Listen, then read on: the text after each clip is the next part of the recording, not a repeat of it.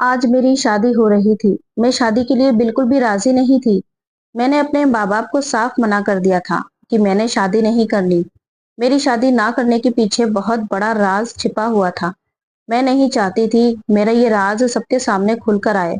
मैंने अपनी माँ के सामने रो रो कर विनती भी की कि प्लीज मेरी शादी मत करो, लेकिन उन्होंने मेरी एक न सुनी। कहने लगी, तुम हमारी इकलौती औलाद हो। शादी करके हम अपने फर्ज से आजाद होना चाहते हैं। हमारे बाद तुम्हारा क्या होगा, ये सोचकर ही हमें डर लगता है। शादी एक ऐसा मजबूत बंधन है कि तुम अपने पति के साथ खुशहाल जिंदगी गुजारोगी और हम भी सुकून से मर सकेंगे। मेरी जिद को देखते हुए मेरी माँ ने मेरे सामने हाथ जोड़ दिए थे। मैं अपनी माँ को यूं रोते हुए नहीं देख सकती थी। मजबूरी में ही सही, लेकिन मैं इस रिश्ते के लिए हाँ कर चुकी थी। मैं दुल्हन बनी आज अपने पति के घर आई थी। मेरी ननद ने मुझे कमरे में बिठाया और मैं बहुत ज्यादा डरी हुई थी। मुझ पर इस कदर डर सवार था कि मेरे दिल की धड़कनें तेज चल रही थी। मेरा पूरा शरीर कांप रहा था। मेरे हाथ ठंडे हो रहे थे। जैसे जैसे समय गुजर रहा था मेरा दर्द बढ़ता ही जा रहा था। कुछ ही देर में मेरा पति कमरे में आ गया और ये सोचकर ही मेरी जान निकल रही फिर थी। उसके बाद क्या होगा, मैं अभी इन्हीं सोचों का ताना बाना बुन रही थी कि कमरे का दरवाजा खुला। सामने मेरा पति खड़ा था। उसे देखकर तो जैसे मुझे लगा कि मेरा अगला सांस ही आएगा ही नहीं, क्योंकि दिल में कुछ होने लगा था। उसने एक नजर मुझे देखा। पता नहीं क्यों उसके माथे पर बल पड़े हुए थे। वो अभी तक कमरे के दरवाजे पर ही खड़ा हुआ था। कमरे का दरवाजा उसने जोर से बंद किया और फिर से बाहर चला गया। मेरा दिल तो जैसे दरवाजा बंद होने पर यूं हुआ था जैसे सीने में धड़कन थम गई हो। अभी कुछ ही देर हुई थी कि मेरे कमरे का दरवाजा दोबारा खुला तो मेरी जेठानी बदहवासी के आलम में अंदर दाखिल हुई। उनके हाथ में एक सफेद रंग की चादर थी। कहने लगी, शादी के हंगामे में मैं तो भूल ही गई थी। विराज ने तो 10 मिनट के अंदर अंदर मुझे मेहमानों के सामने ही बेइज्जत करके रख दिया। चलो उठो, जरा बेड की चादर बदल दूं। मैं बेड से उतरी। उन्होंने चादर उतारकर सोफे पर रखी और बेड पर सफेद रंग की चादर बिछा दी। ये देखकर तो जैसे मेरा दिल किसी ने मुट्ठी में दबोच लिया था। कहने लगी, शादी के हंगामों में इंसान की मति मारी जाती है। 2 मिनट के अंदर अंदर उन्होंने बेड पर सफेद रंग की चादर बिछा दी थी। कहने लगी, विराज इस मामले में बड़ा ही बदहवासी है। बेड की चादर देखकर उसने तो पूरा घर सर पर उठा लिया था। फौरन गुस्से से तनतनाता मेरे पास आया। कहने लगा, भाभी मैंने आपको पहले कहा था कि मेरी शादी की पहली रात सफेद चादर बिछा देना, और अब मैं कमरे में देख रहा हूँ कि बेड पर सफेद चादर नहीं है। मुझे कैसे पता चलेगा कि लड़की पवित्र है या फिर चरित्रहीन है। अपनी जेठानी के मुंह से ये बात सुनकर मेरे पूरे शरीर से पसीना छूट गया था। मेरी जेठानी कमरे से जा चुकी थी, लेकिन मेरा दिल तो जैसा धड़कना भूल गया था। मैं बार बार अपने हाथों की उंगलियां चटका रही थी। समझ नहीं पा रही थी कि क्या करूं क्या ना करूं। कुछ देर बाद कमरे का दरवाजा खुला और विराज कमरे में दाखिल हुआ। मैं खुद को समेट कर बैठ गई। इस बार उसके चेहरे के तने हुए भाव थोड़े नॉर्मल थे। वो मेरे पास आया। जैसे ही मेरे पास बैठा मैं डर के मारे कांपने लगी थी। उसने मेरा चेहरा ठोड़ी से पकड़कर ऊपर किया। मेरी नजरें खुद ब खुद झुक गई थी। कुछ देर तक वो मेरे चेहरे को बड़ी मोहब्बत से देखता रहा। फिर कहने लगा, तुम तो बहुत खूबसूरत हो। जितनी तुम्हारी खूबसूरती की बातें मैंने अपने भाभी से सुनी थी वो सभी तुम्हारे सामने कम है। भाभी ने तुम्हारी खूबसूरती की बहुत तारीफ की थी, लेकिन तुम्हें देखकर लग रहा है जितनी भी तारीफ की थी वो कम थी। तुम तो तारीफों से भी कई ज्यादा गुना खूबसूरत हो। ये कहकर जैसे ही उसने अपनी जेब से मखमली डिबिया निकाली थी जिसमें शायद मुंह दिखाई का कोई तोहफा था, मेरे दिल धक धक कर रहा था। उसने उस डिब्बे से एक चेन निकाली और मेरे गले में पहनाने लगा। चेन को पहनाते हुए विराज की उंगलियां मेरी गर्दन पर शरारत करने लगी तो मेरी जान पर बनाई थी। उसकी आंखों की बेचैनी बढ़ने लगी थी। उसकी आंखों में छाने वाला खुमार मेरी जान निकाल रहा था। धीरे धीरे वो मेरे करीब होने लगा था, लेकिन मैं एकदम से पीछे हट गई थी। मेरी इस हरकत पर वो मुस्कुराने लगा। कहने लगा, सिमर शादी हुई है, हम दोनों की पति पत्नी का रिश्ता है।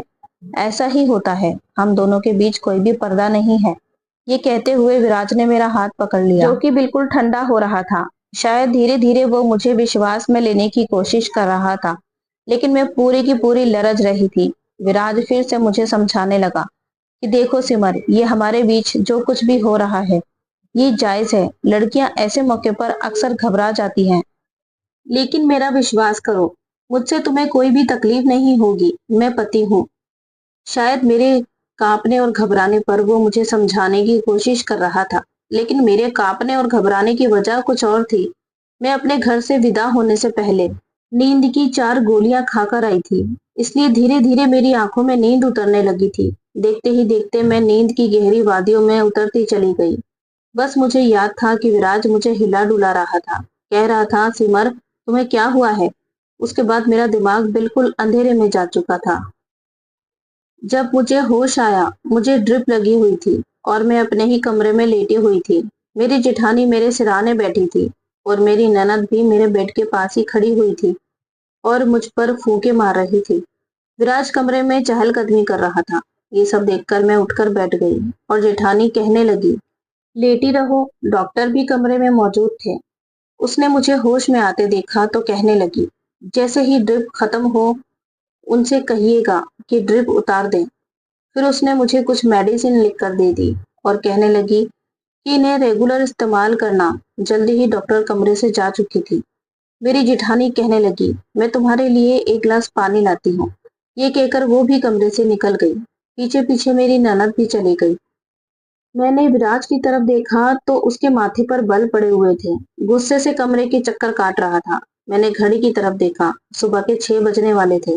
میں ابھی تک دلہن کے جوڑے میں تھی، لیکن اس نے کپڑے بدل رکھے تھے۔ وہ میرے پاس آیا، مجھے غصے سے گھورنے لگا، کہنے لگا، کیا تماشا تھا؟ تم نے رات کو نیند کی گولیاں کھائی تھی؟ میں نے کوئی جواب نہیں دیا۔ میں نظریں چرانے لگی۔ وہ کہنے لگا، سمر تم پاگل ہو، تمہارا دماغ تو خراب نہیں ہے۔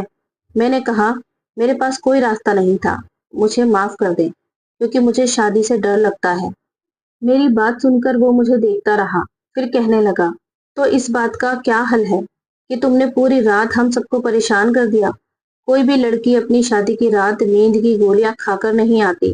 ہر لڑکی کی شادی ہوتی ہے اور شادی کی رات کچھ نہ کچھ گھبراہٹ ہوتی ہے، کیونکہ وہ ایک نئے رشتے میں بندھنے جاتی ہے اور پتی سے اس کا سمبند کافی گہرا ہوتا ہے۔ لیکن کوئی بھی لڑکی نیند کی گولیاں نہیں کھاتی۔ میری ڈرپ ختم ہو چکی تھی۔ وراج نے میری ڈرپ اتار دی اور مجھے پیار سے سمجھانے لگا اور کہنے لگا کہ آج کی رات کے لیے میں نے بہت سے سپنے اپنی آنکھوں میں سجا رکھے تھے، لیکن مجھے لگتا ہے جیسے تمہیں کچھ سمے دے دینا چاہیے تاکہ تم دماغی طور پر اس رشتے کے لیے تیار ہو جاؤ، کیونکہ رات والی حرکت میں دوبارہ نہیں چاہتا۔ یہ سن کر میں کچھ دیر کے لیے ریلیکس ہو گئی تھی۔ میں یہی تو چاہتی تھی کہ وہ میرے قریب مجھ سے کوئی نیا رشتہ نہ بنائے، کیونکہ اس کے پیچھے بہت بڑی وجہ تھی، لیکن یہ کب تک ممکن تھا؟ وہ مجھے کتنا سمے دے سکتا تھا؟ کم سے کم 4 دن، 1 ہفتہ یا زیادہ سے زیادہ 1 مہینہ دے سکتا تھا۔ اس کی آنکھوں کی بے چینیاں دیکھ کر میں سمجھ نہیں پا رہی تھی کہ کیسے میں اس انسان کے امڑتے مچلتے جذباتوں کو روک سکتی ہوں۔ وہ میرے چہرے کو بڑے غور سے دیکھ رہا تھا اور میں بدحواس تھی۔ نہ میرے دل میں کوئی امنگ تھی، نہ ہی یہ شادی میری مرضی سے ہوئی تھی۔ یہ زبردستی کا بندھن تھا۔ میرا سارا ڈر بیڈ شیٹ کو لے کر تھا، جو میرے لیے موت کا پیغام لے کر آئی تھی۔ اگر رات کو میں نے نیند کی میڈیسن نہ کھائی ہوتی تو وراج کہنے لگتا، کتنی خوبصورت اور معصوم ہو، تمہیں دیکھ کر میرا دل بے ایمانی پر اتر آیا ہے، مجھے اکسانے لگتا ہے، لیکن پھر تمہارا خیال تو رکھنا ہی پڑے گا۔ یہ میری ذمہ داری ہے۔ یہ کہہ کر وہ وہاں سے اٹھ کر چلا گیا تھا۔ کچھ دیر بعد میری جیٹھانی میرے لیے دودھ کا گلاس لے آئی۔ مجھے دودھ پلا کر انہوں نے مجھے سونے کے لیے کہہ دیا۔ میں دوبارہ سے لیٹ گئی اور سو گئی۔ میرے سسرال میں زیادہ لوگ نہیں تھے۔ میری ایک نند تھی، وہ بھی شادی شدہ تھی۔ میرے جیٹھ جیٹھانی تھے، وہ بھی اپنے الگ گھر میں سیٹل تھے، ابھی صرف شادی کے لیے گھر میں آئے ہوئے تھے۔ میری جیٹھانی اور میری نند کا ویوہار میرے ساتھ بہت ہی اچھا تھا۔ وراج نے 2-3 دن مجھے کچھ بھی نہیں کہا تھا، بس مجھے اپنے رشتے کے بارے میں بتاتا رہتا کہ پتی پتنی کا رشتہ ایسا ہی ہوتا ہے۔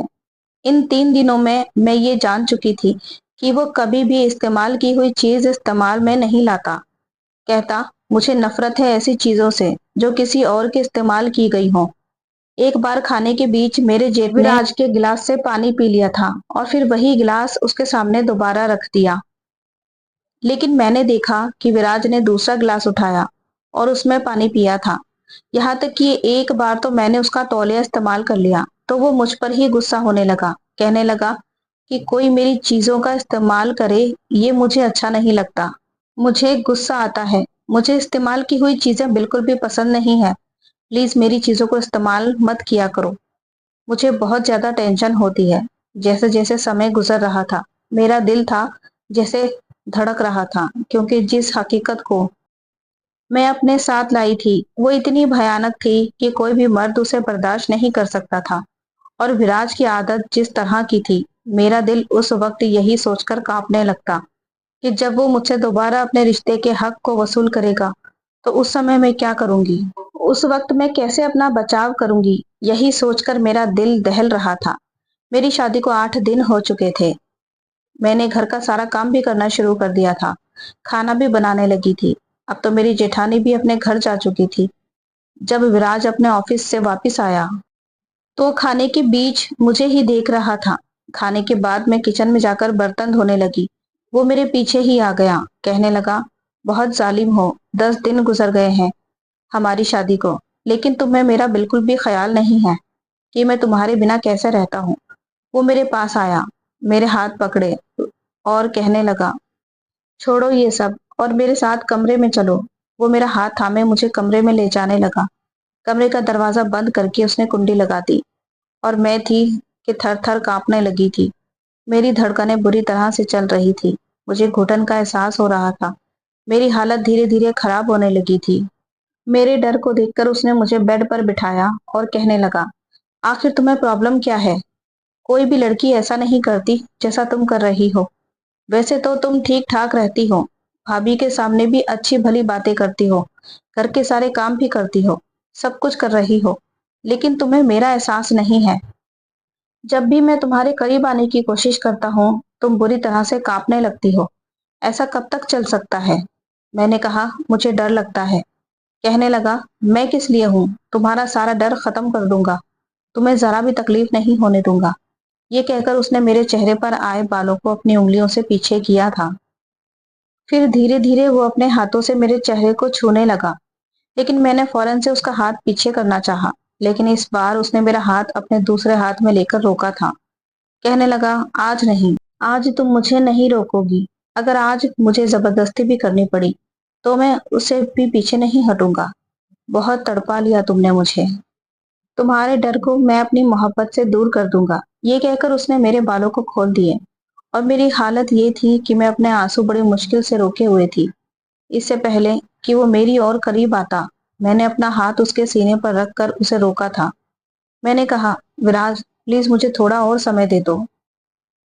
कहने लगा, नहीं, बिल्कुल भी नहीं। उसकी शरारतें धीरे धीरे बढ़ती चली जा रही थी। उसकी गरम गरम सांसें मेरी गर्दन पर पड़ने लगी थी और एकदम ही मैंने उसे खुद से पीछे किया था। मैंने कहा, विराज मुझे घुटन हो रही है, ऐसा लगता है मुझे कुछ हो जाएगा।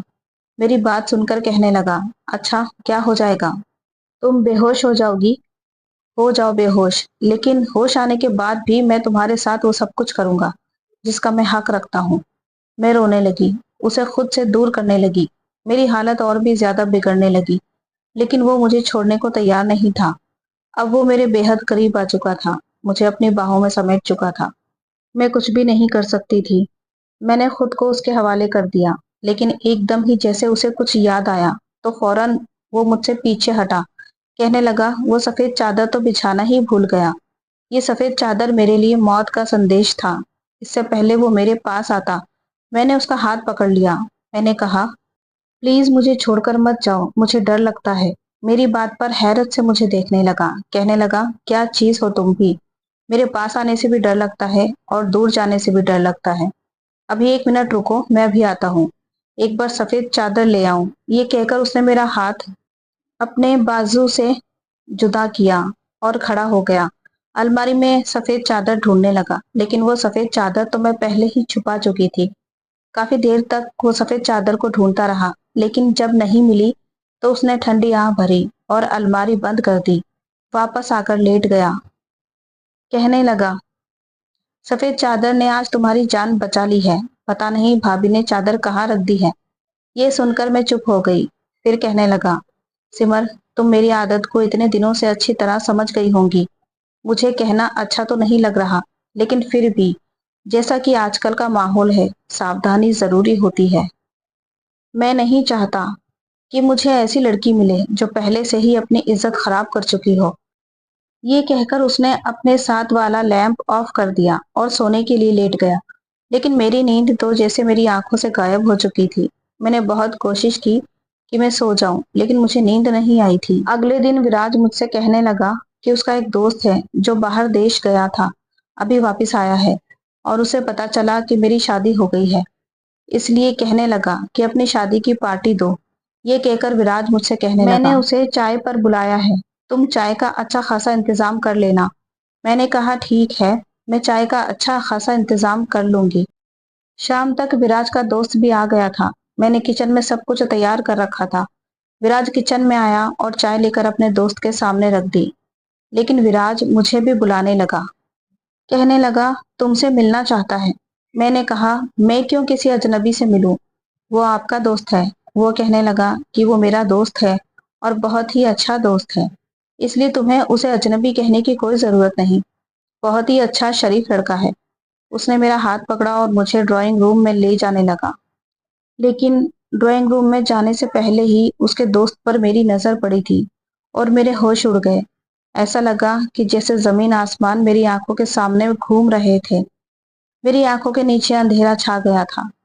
میں وہیں کی وہیں بیٹھ گئی۔ وراج کہنے لگا، سمر کیا ہوا تمہیں؟ چلو میرے دوست سے ملاقات کر لو، وہ تمہیں دیکھنا چاہتا ہے۔ میں نے کہا، وراج پتہ نہیں کیوں میرا سر چکرا رہا ہے، میں کچھ دیر اپنے کمرے میں آرام کرنا چاہتی ہوں۔ میری حالت کو دیکھتے ہوئے وراج نے مجھے کچھ نہیں کہا اور میں خود ہی اپنے دوست کے پاس چلا گیا اور میں کمرے میں چلی گئی۔ میرے ڈر کی اصلی وجہ وہی انسان تو تھا جو ابھی ابھی وراج کا دوست بنا ڈرائنگ روم میں بیٹھا تھا۔ میں پھوٹ پھوٹ کر رونے لگی۔ یہی کڑوی حقیقت تھی جسے میں بھول جانا چاہتی تھی، لیکن قسمت کو کچھ اور ہی منظور تھا۔ انیکیت سے میری پہلی ملاقات ایک اسٹور پر ہوئی تھی۔ ہم دونوں ہی نیو ایئر کا کارڈ لینا چاہتے تھے اور اتفاق ایسا تھا کہ وہ کارڈ ایک ہی تھا جس پر ہماری بحث ہوئی تھی۔ نیو ایئر کا کارڈ ایسا تھا کہ ہم دونوں کو وہی کارڈ پسند آیا تھا۔ سیم ویسا ہی کارڈ دوسرا شاپ پر نہیں تھا۔ ہم دونوں کو کارڈ کو لے کر بحث کرنے لگے، لیکن تھوڑی دیر کے بعد انیکیت نے وہ کارڈ مجھے دے دیا تھا، لیکن اس کارڈ پر اس نے اپنا نام اور نمبر بھی لکھ دیا تھا۔ جب میں نے گھر آ کر دیکھا تو اس کا نام اور فون نمبر لکھا ہوا تھا۔ کافی خوبصورت نوجوان تھا، لیکن خیر مجھے اس کی اس حرکت پر غصہ آیا تھا کیونکہ اب کارڈ میرے کسی بھی کام کا نہیں تھا۔ اگر میں اپنی فرینڈ کو کارڈ دیتی تو اسے اس کارڈ پر اس لڑکے کا نام اور فون نمبر لکھا نظر آ جاتا، تو وہ کارڈ اپنے فرینڈ کو نہیں دے سکتی تھی۔ میں نے غصے میں اس نمبر کو ڈائل کیا اور اسے ڈانٹنے لگی کہ تم نے اپنا نمبر اس کارڈ پر کیوں لکھ دیا؟ اب یہ میری کسی بھی کام کا نہیں ہے۔ پھر یہیں سے ہماری باتوں کا سلسلہ شروع ہوا تھا، جو بڑھتے بڑھتے بہت آگے تک چلا گیا تھا۔ مجھے انیکیت سے محبت ہو گئی تھی اور وہ بھی تو مجھ سے محبت کرنے لگا تھا۔ پہلے تو ہمارے بیچ صرف باتیں ہوتی تھی، لیکن دھیرے دھیرے وہ میری تعریف کرنے لگا کہ پہلی نظر میں ہی تم مجھے بہت اچھی لگی تھی اور جان بوجھ کر میں نے تم سے بحث شروع کی تھی۔ مجھے اس کارڈ میں کوئی دلچسپی نہیں تھی، میں چاہتا تو دوسرا کارڈ بھی لے سکتا تھا، مجھے دلچسپی تو تم میں تھی، اس لیے میں نے اپنا نمبر لکھ کر دے دیا۔ پہلے تو میرا ارادہ اسے صرف دوستی کرنا تھا، جیسا کہ میرے دوست نے بھی کر رکھی تھی، لیکن میں نہیں جانتی تھی یہ دوستی محبت میں بدل جائے گی اور وہ مجھے بہت پیارا ہو جائے گا۔ 6 مہینے میں ہی ہمارا یہ حال تھا کہ ہم ایک دوسرے کے بغیر رہ نہیں سکتے تھے۔ ہم ایک دوسرے سے ہر طرح کی باتیں شیئر کرنے لگے تھے، وہ باتیں بھی جو ہمیں نہیں کرنی چاہیے تھی۔ شیطان جب انسان پر حاوی ہونے لگتا ہے تو اس کی عقل ختم ہو جاتی ہے۔ ہمارے ساتھ بھی ایسا ہی ہوا تھا۔ دھیرے دھیرے میں بہکنے لگی تھی، اپنی راہ سے بھٹکنے لگی تھی۔ شاید یہ عمر ہی کچھ ایسی جذباتی عمر ہوتی ہے۔ اس سمے میں انٹر میں تھی اور میری عمر اس سمے 17 سال کی تھی۔ یہ ایسے نازک عمر ہوتی ہے کہ لڑکیاں جلدی اپنی راہ سے بھٹک جاتی ہیں۔ ایک بار مجھے انیکیت نے ملنے کے لیے باہر بلایا تھا۔ میرا اپنا خود یہ حال تھا کہ اب बातों से मन नहीं भरता था। मैंने सोचा कि एक मुलाकात कर लेनी चाहिए और मैं उनसे मिलने के लिए चली गई। एक दूसरे को देखकर हमारे जज्बात उभरने लगे थे, बेकाबू होने लगे थे। मुलाकातों का सिलसिला जारी हो गया था और एक बार तो वो सब कुछ हो गया जो नहीं होना चाहिए था। मैं तो उस दिन कॉलेज के लिए निकली थी, लेकिन असल मकसद तो अनिकेत से मुलाकात करना था। पहली मुलाकात में हमें कैफे में मिले थे। एक दूसरे को देखकर हमारा मन नहीं भरता था। हम एक दूसरे के और भी करीब होना चाहते थे। मैं इस बार अनिकेत से यही कहना चाहती थी कि वो अपना रिश्ता मेरे लिए भेज दे। हालांकि चाहता तो वो भी यही था। वो मुझे अपने दोस्त के फ्लैट पर ले गया। हालांकि अकेले फ्लैट में मुझे थोड़ी घबराहट हो रही थी, लेकिन धीरे धीरे मेरी घबराहट कम होने लगी थी। अनिकेत मुझे बताने लगा कि मैं अपने बड़े भाई के पास दुबई जा रहा हूँ, 3 साल बाद लौटूंगा, फिर तुम्हारा रिश्ता मांग लूंगा। 3 साल में मैं अच्छा भला सेटल हो जाऊंगा तो तुम्हारे घर वाले रिश्ते पर एतराज नहीं करेंगे। अनिकेत की बातें सुनकर मेरी आंखों में आंसू बहने लगे थे। मैंने कहा, अनिकेत, मैं 3 साल कैसे गुजारूंगी? तुम्हारे बगैर मैं तो मर जाऊंगी। आंखें तो उसकी भी नम थी। पता ही नहीं चला कि रोते रोते कब मैं उसके इतनी करीब हो गई। मैंने उसके कंधे पर सर रख दिया और रोने लगी। हम हम दोनों का ही ये पहला मिलन था। अनिकेत की जिंदगी में भी मुझसे पहले कोई लड़की इतने करीब नहीं आई थी और ना ही मेरी जिंदगी में कोई लड़का आया था। वो मुझे तसल्ली देने लगा। तुम परेशान मत हो, अभी मेरे पास कोई नौकरी नहीं है और तुम्हारे माँ बाप भी बिना नौकरी के मुझे तुम्हारा रिश्ता नहीं देंगे। मैं उसके साथ लगकर रोई जा रही थी। पता नहीं कब अनिकेत पर खुमारी से चलने लगी और वो मुझे धीरे धीरे अपनी बाहों में भरता चला गया। मैं भी तुम्हारे बगैर कैसे गुजारूंगा? मुझे एक यादगार मुलाकात दे दो ताकि मैं वहां पर जब भी उदास हूँ तो तुम्हें याद कर लिया करूं। इन हसीन पलों को याद करके दिल को सुकून पहुंचाने की कोशिश करूंगा। ये सुनकर मैं एकदम से घबरा गई थी और अनिकेत से पीछे हटी थी। मैंने इनकार किया, लेकिन उसकी मोहब्बत के सामने मैं भी बेबस हो गई थी।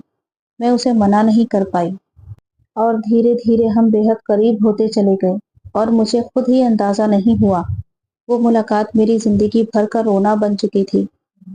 जब जज्बातों का तूफान ठंडा हुआ तो मैं अपना सब कुछ खो बैठी थी। मैं बस रोए जा रही थी। वो शर्ट पहनते हुए कहने लगा, मैं तुमसे कभी भी बेवफाई नहीं करूंगा। मैंने कहा, अनिकेत, मुझे डर लग रहा है। अगर मेरी शादी कहीं और हो गई तो मैं क्या करूंगी? कहने लगा, नहीं होगा। अभी तुम सिर्फ इंटर में हो। जब तक तुम्हारी पढ़ाई पूरी होगी मैं वापस आ जाऊंगा, बल्कि उससे पहले ही वापस आ जाऊंगा। तुम शादी मत करना और मेरा इंतजार करना। ये कहकर वो चला गया, लेकिन वो नहीं आया। पहले पहल तो वो मुझसे बातें कर लिया करता था, लेकिन धीरे धीरे फिर उसकी कॉल भी आना बंद हो गई थी। उसका फोन भी बंद जाने लगा। बहुत कांटेक्ट करने की कोशिश की, लेकिन उसे कोई भी बातचीत नहीं हो पा रही थी। 4 साल तक मैंने उसका इंतजार किया था, लेकिन वो नहीं आया। मैं 21 साल की हो चुकी थी और मेरे रिश्ते आने लगे थे। मैं अपने माँ बाप को कभी कोई बहाना कर देती और कोई बहाना करा देती, लेकिन विराज के रिश्ते में ऐसी कोई कमी नहीं थी कि मैं इनकार कर सकूं। वो खूबसूरत था, हैंडसम लड़का था, उसमें कोई भी कमी नहीं थी। फिर मैं कैसे इनकार करती? मेरे माँ बाप ने मेरी उससे शादी कर दी और मैं उसकी पत्नी बनकर उसके घर आ गई। लेकिन जैसे ही शादी की पहली रात सफेद चादर बिछाई गई, मैं अजीब घबराहट में गिर गई थी, क्योंकि वो जान जाता कि मैं पवित्र नहीं हूँ। और अब तो अनिकेत मेरे सामने आकर खड़ा हो गया था। वो क्यों आया था? जब 4 साल में नहीं आया तो अब क्यों मेरी जिंदगी में वापस आया था? मैं तो पहले से ही बड़ी मुश्किल में अपनी जिंदगी गुजार रही थी। मेरा पति मुझे बिना सफेद चादर के अपनाने के लिए तैयार नहीं था। उसे मेरी पवित्रता का सबूत चाहिए था, जो मैं खो चुकी थी। शाम से रात हो गई थी। विराज कमरे में आया तो मुझे रोता देखकर पूछने लगा। मैंने कहा, मेरे सर में बहुत दर्द है। कहने लगा, चलो मैं तुम्हें डॉक्टर के पास लेकर चलता हूँ। मैंने मना कर दिया। मैंने कहा, मैं टेबलेट खा लूंगी और कुछ ही देर में ठीक हो जाऊंगी। अनिकेत मेरा बहुत गहरा दोस्त है। मैं चाहता था तुम भी मेरे साथ बैठकर बातें करती। फिर विराज कहने लगा, जानती हो सिमर, मेरे दोस्त अनिकेत के साथ बहुत बुरा हुआ है। मैंने कहा, क्यों, क्या हुआ? कहने लगा, उसे एक लड़की से मोहब्बत हो गई थी, लेकिन उस लड़की ने उसे धोखा दे दिया। वो तो उस लड़की की खातिर विदेश भी चला गया था ताकि खुद को सेटल कर सके और उस लड़की से शादी कर सके, लेकिन उस लड़की ने उसे धोखा दे दिया। वो जहाँ गया था वहीं उसका एक्सीडेंट हो गया। उसमें उसकी एक टांग भी खराब हो गई। वो अब भी स्टिक के सहारे चलता है। इस इस एक्सीडेंट में उसका मोबाइल किसी ने उठा लिया था और उसे वापस नहीं मिला, इसलिए उस लड़की से दोबारा बात नहीं कर पाया।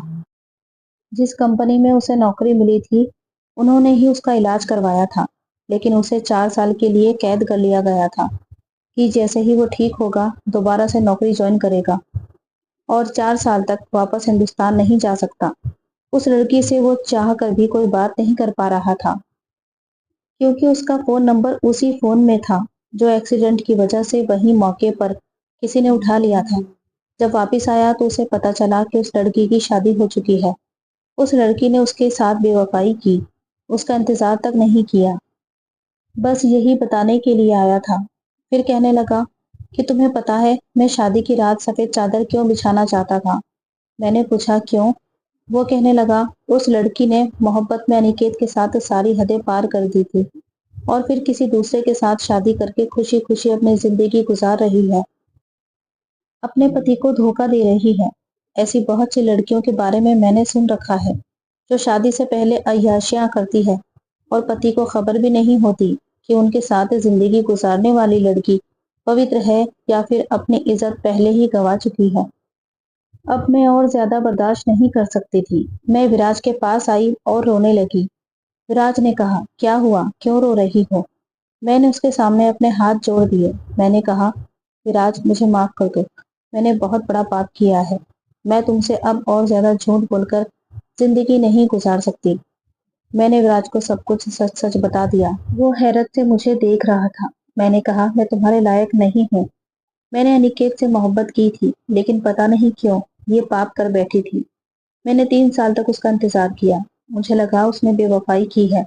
मैं नहीं जानती थी कि उसके साथ ये हादसा हो गया। शादी के बाद मुझे यही लगता था कि तुम जान जाओगे तो मुझे नहीं रखोगे और तलाक दे दोगे। इसलिए मैं नहीं चाहती थी कि तुम मेरे करीब आओ। मैं तुम्हें सच बताना चाहती थी, लेकिन तुम्हारी आदत को देखकर डर जाती थी कि तुम इस्तेमाल की हुई चीजें दोबारा इस्तेमाल नहीं करते, फिर मुझे कैसे अपना सकते थे। लेकिन आज मैंने तुमसे अपनी सारी बातें कह दी हैं। चाहो तो तुम मुझे माफ कर दो और चाहो तो मुझे सजा दे दो। मेरी बात सुनकर विराज की आंखें गुस्से से लाल हो गई थी। कहने लगा, ये कैसी मोहब्बत थी तुम्हारी जिसमें तुमने अपनी इज्जत गंवा दी? फिर कहने लगा, मोहब्बत और इज्जत एक साथ एक औरत को सिर्फ उसका पति दे सकता है और गैर मर्द नहीं दे सकता। अपने दोस्त अनिकेत की बात बुरी लगी थी कि उसने मोहब्बत में एक लड़की की इज्जत मांग ली थी और हमेशा उसको इस बात पर मैं बुरा भला भी कहता रहा था, क्योंकि ये बात बिल्कुल भी ठीक नहीं है। तुम मेरी मोहब्बत बन गई थी। शादी के 7 फेरे लेते ही तुम्हारी मोहब्बत खुद ब खुद मेरे दिल में पैदा हो गई थी। मैं मानता हूँ मुझे इस्तेमाल की हुई चीजें पसंद नहीं है, लेकिन तुम कोई चीज नहीं बल्कि मेरी पत्नी हो। पत्नी पति एक दूसरे का वस्त्र होते हैं और वस्त्र इंसान के शरीर को छुपा कर रखते हैं, उनकी कमियों को, उनके ऐब को छुपा लेते हैं। इसलिए मेरा फर्ज है कि मैं तुम्हारा ये सच भी छुपा लूं। ये कहकर उसने मेरा हाथ थामा था। मैं तो पत्थर की बन गई थी। मैं सोच भी नहीं सकती थी कि विराज का दिल इतना बड़ा भी हो सकता है। बस 1 मिनट लगा था मेरे दिल में विराज की मोहब्बत उभरने में। मेरे दिल में विराज के लिए मोहब्बत अनिकेत से भी कई गुना ज्यादा बढ़ चुकी थी। वो चाहे जाने के काबिल था, मुझे माफ कर चुका था। उसने अनिकेत से अपनी दोस्ती खत्म कर दी। उसके बाद अनिकेत कभी हमारे घर नहीं आया, ना ही विराज ने कभी उसकी चर्चा की थी। मेरी शादी को आज 2 साल हो चुके हैं। हमारा एक प्यारा सा बेटा भी है। विराज ने मुझे मेरे अतीत के हवाले से कभी ताना नहीं दिया और मेरा तो ये हाल है कि मैं विराज की दीवानी हो चुकी हूँ। उसकी जबान से निकला हर शब्द मेरे लिए हुक्म का स्थान रखता है। असल मोहब्बत वही है जो अपने पति से की जाती है, क्योंकि वो आपको मोहब्बत के साथ साथ इज्जत भी देता है। दूसरी मोहब्बतों की तरह मोहब्बत के बदले इज्जत नहीं मांगता। भगवान के लिए अपने पति से मोहब्बत करें, न कि गैर मर्द की 4 दिन की मोहब्बत भरी बातें सुनकर अपनी इज्जत को दांव पर लगाएं। دوستوں امید کرتی ہوں آپ کو ہماری کہانی پسند آئی ہوگی. ایسی اور کہانیاں سننے کے لیے چینل کو سبسکرائب کریں. ویڈیو پسند آیا ہو تو لائک کریں. ملتے ہیں پھر ایک کہانی کے ساتھ. تب تک اپنا خیال رکھیں. Thanks for watching.